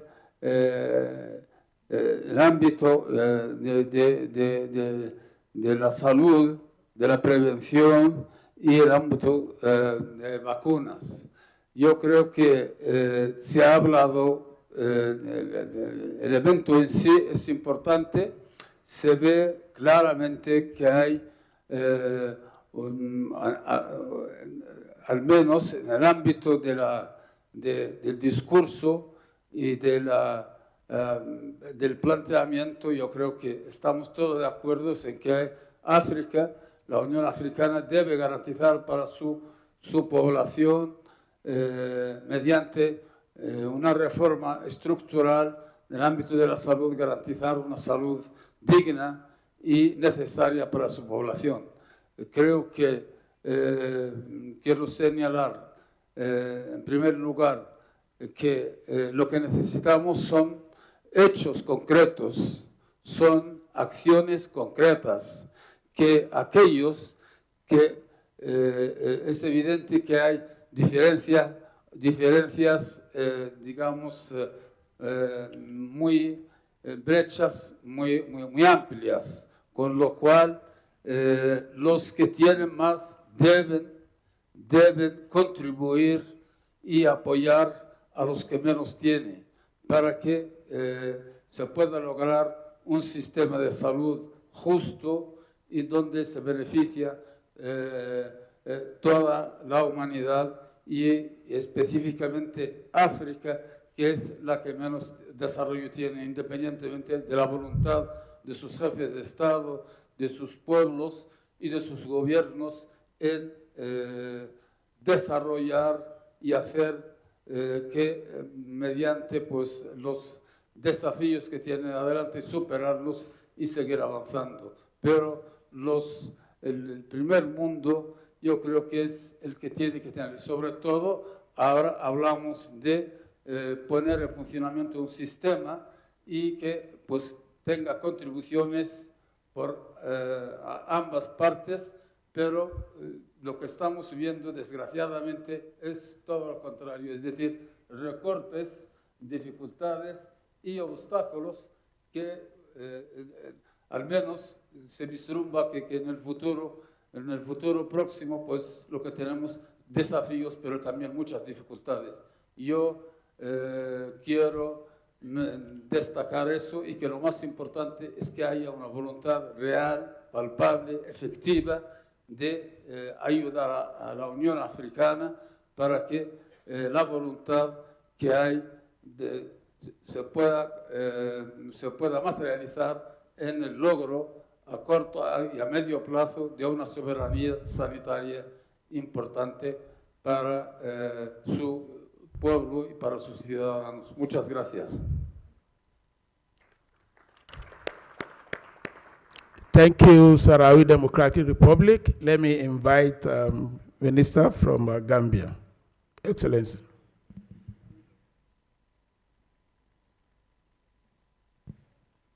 Roving mic. Thank you very much, Mr. Chair, and we thank you for carrying us along for the past few days.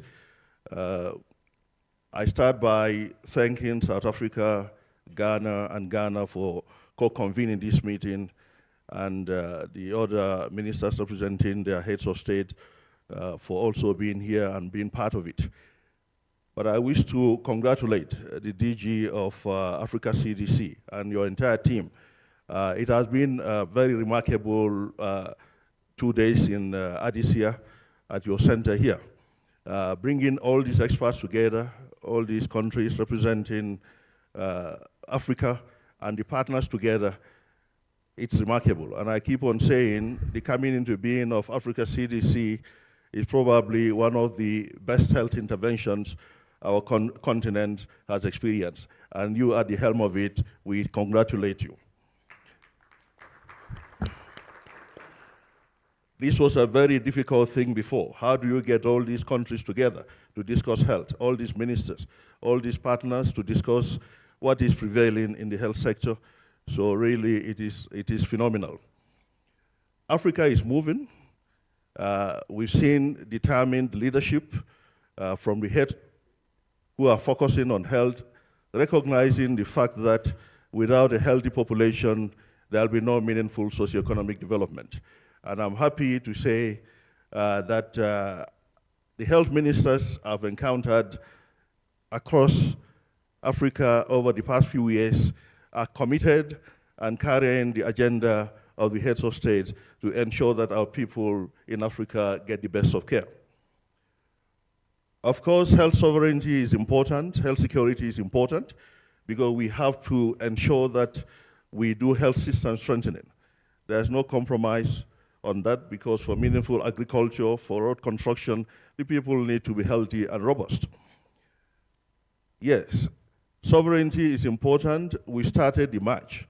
It's not an easy task because we've been behind for too long, but I'm happy that we started to ensure that we are able to manufacture locally medications, vaccines, and so on. And we're happy that partners have seen the seriousness on the side of Africa to ensure that we have fruitful partnerships. But of course, it is also important to recognize the fact that there are a lot of gaps. The same reasons why we still don't have good roads across the whole of Africa, electricity everywhere, and potable water everywhere, because we have tight fiscal space. So we should not pretend that we can mobilize all those resources locally. What I am heading at is that we still need the partnerships. So we still need the bilateral partners, we still need the multilateral partners to work together to ensure that the vulnerable people in Africa get the care that we need. That is very important. But we're also happy that the partners have recognized the fact that, yes, they are saying we still continue to support, but we want you also to do something. And I want to assure you that we are also doing something. A lot of our countries are mobilizing resources locally. Many of us are building health infrastructure from domestic revenue. Many of us are training our people from domestic revenue. And we have seen the impact of reduction in maternal mortality, reduction in neonatal and child mortality. So a lot is happening, but the partnerships are very important. But I think we also want to emphasize that irrespective of the amount of locally generated resources we are able to mobilize, if the international price of health equipment, CT scanners keep on going, we mobilize, CT scanners go up, then we'll never reach that target. So I think we encourage partners, partner countries that have the leverage to invest in Africa, to invest in drug manufacturing here, to invest in equipment production in Africa. Hopefully that will bring the cost down so that we are able to acquire these items for the provision of best quality services for our people. We thank you. This discussion could go on and on and on, but we thank you all for your support. And we want to acknowledge the support from the partners. It goes a long way to help our countries in providing the needed services. Thank you very much. Thank you. Thank you, Honorable Minister from Gambia. Next is Togo. Honorable Minister from Togo.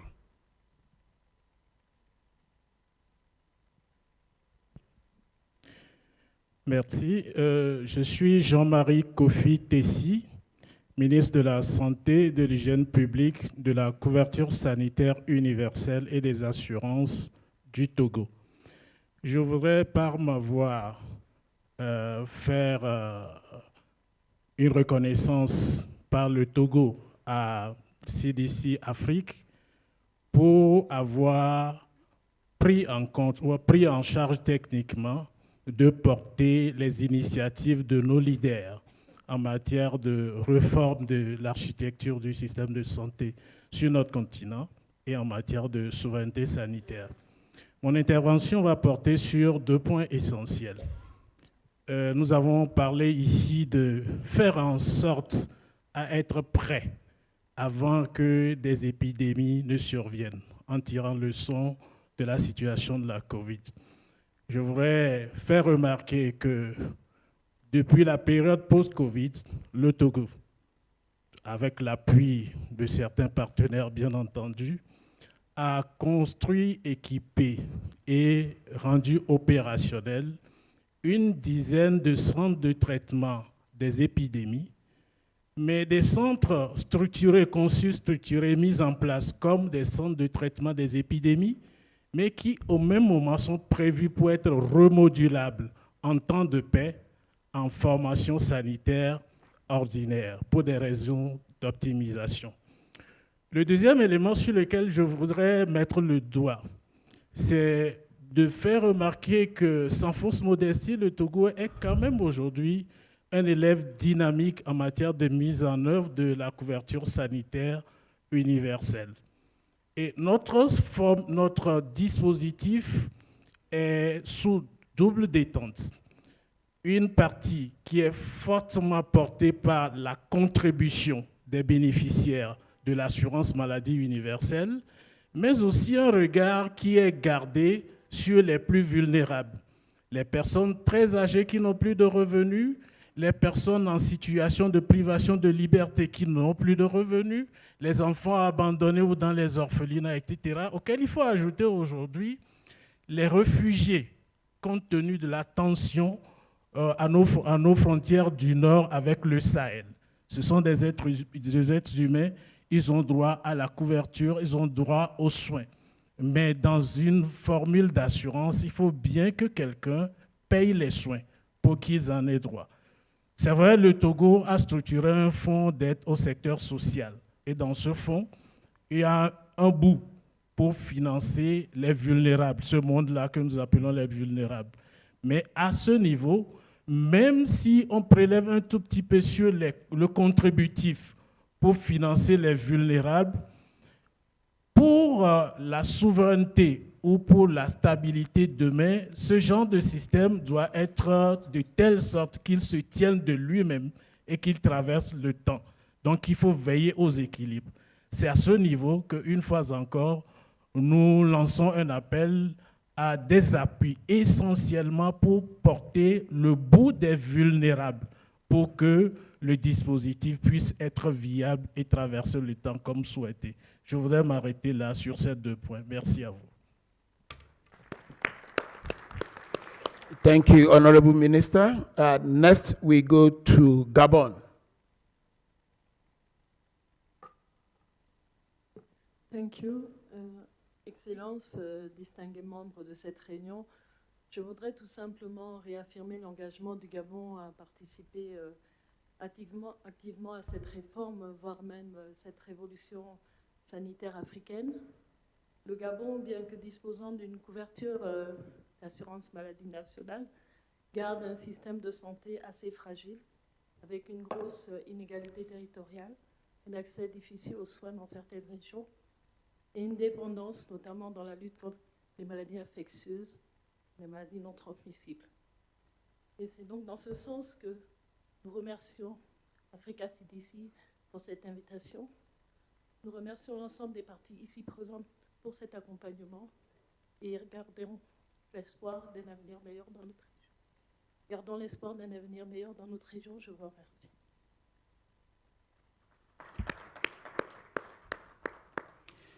And the last but not the least intervention is Equatorial Guinea.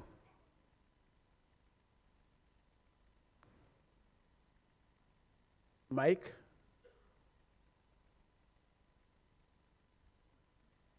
Excellencies, Honorable Leadership of Africa CDC, distinguished delegates, on behalf of the Republic of Equatorial Guinea, I wish to express our appreciation for convening this important side event in the context of the 39th Ordinary Session of the African Union Assembly. The theme before us is global cooperation towards reforms, global health ecosystem, is not only timely, it is imperative. Recent global health crises have demonstrated that no nation, regardless of its capacity, can face transnational health threats alone. Yet they have also highlighted a critical structural truth. The sub-regional level is the essential bridge between national implementation and continental coordination. If we are to reform the global health ecosystem meaningfully, we must consolidate strong, coherent, and sustainable finance sub-regional strategies. Africa's diversity in epidemiological profiles, infrastructure capacity, geographical realities, and mobility patterns require differentiated yet harmonized responses. Sub-regional platforms can enable, first, interoperable real-time surveillance systems. Second, shared strategic reserve and resilient supply chains. Third, sub-regional center of excellence for training, research, and local manufacturing capacity. In Central Africa, we share ecosystem, migration corridors, and common vulnerability to emerging threats. Strengthening sub-regional mechanism does not fragment the continent unity. Rather, it operationalizes it. It creates effective implementation nodes that reinforce the leadership of Africa CDC at the continental level. Equatorial Guinea reaffirms its commitment to African solidarity, health sovereignty, and collective responsibility. We support the harmonization of regulatory frameworks, coordinated emergency response mechanisms, and a stronger supranational health governance structure. Reforming the global health ecosystem requires global cooperation, but it also demands strong African architecture built from the ground up. National strength, consolidated sub-regional coordination, and united continental leadership. We thank you all for your attention and commitment to this matter. Thank you very much. Thank you, Your Excellency, from Equatorial Guinea. I think the very last intervention is from Honorable Minister from Zimbabwe.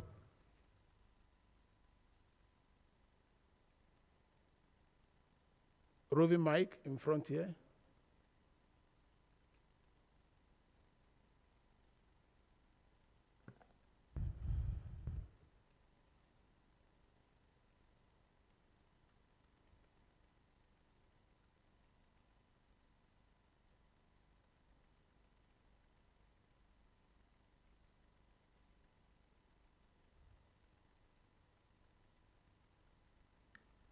Colleagues, distinguished delegates, sorry, I thought you were not going to pick me up, so I'd already disappeared the message.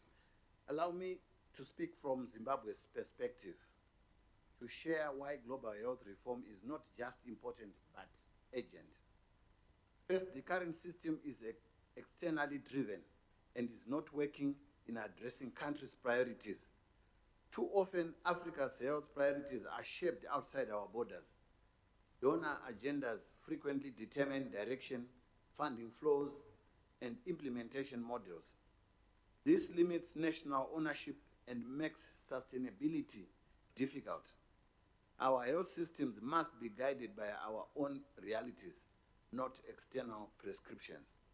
Secondly, financing remains fragmented and unpredictable. We rely mainly on short-term project-based funding, while well-intentioned, this approach weakens long-term system building. It creates duplication, distorts priorities, and leaves us exposed when crises strike. We cannot build resilient systems on uncertain foundations.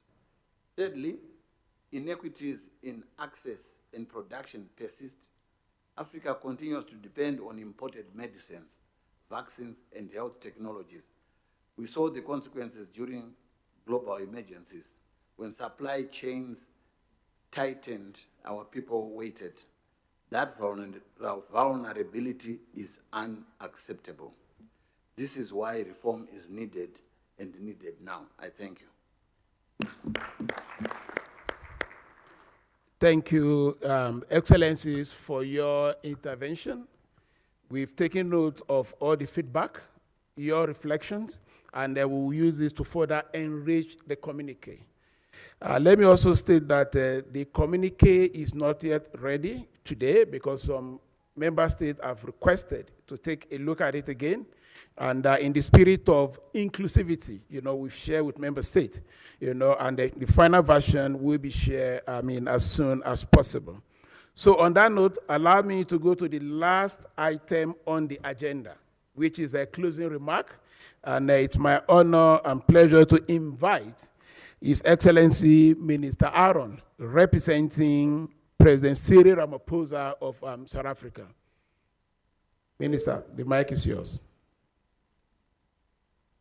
Thank you very much, colleagues. Once more, I need to thank Ghana,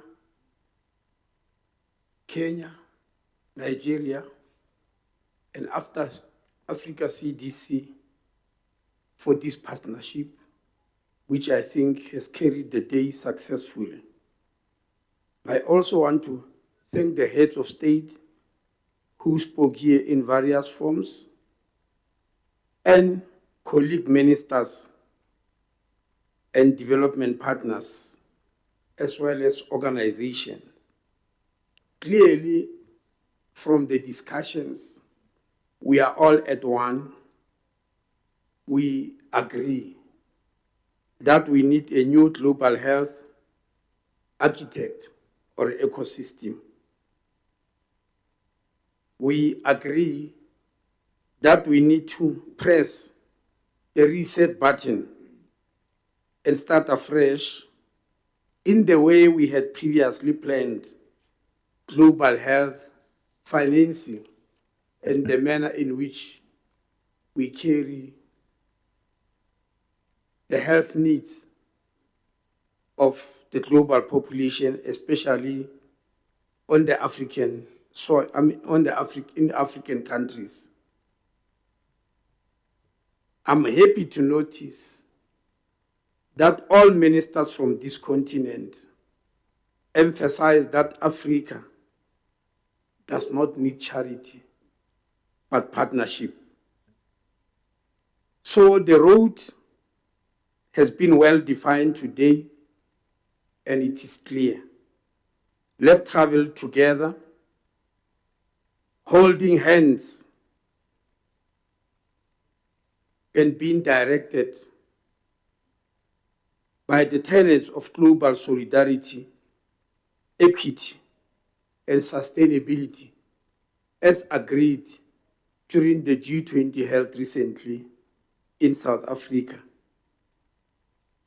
I wish to announce to you, colleagues, that President Ramaphosa wishes to convene in the coming weeks, maybe even days, a virtual meeting to consolidate and take forward the issues that were raised here today.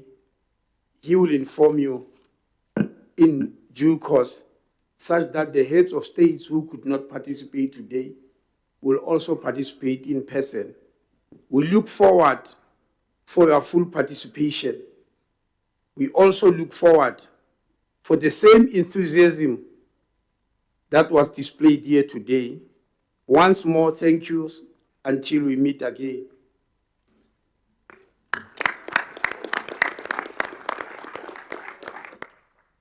Thank you, and the meeting is adjourned.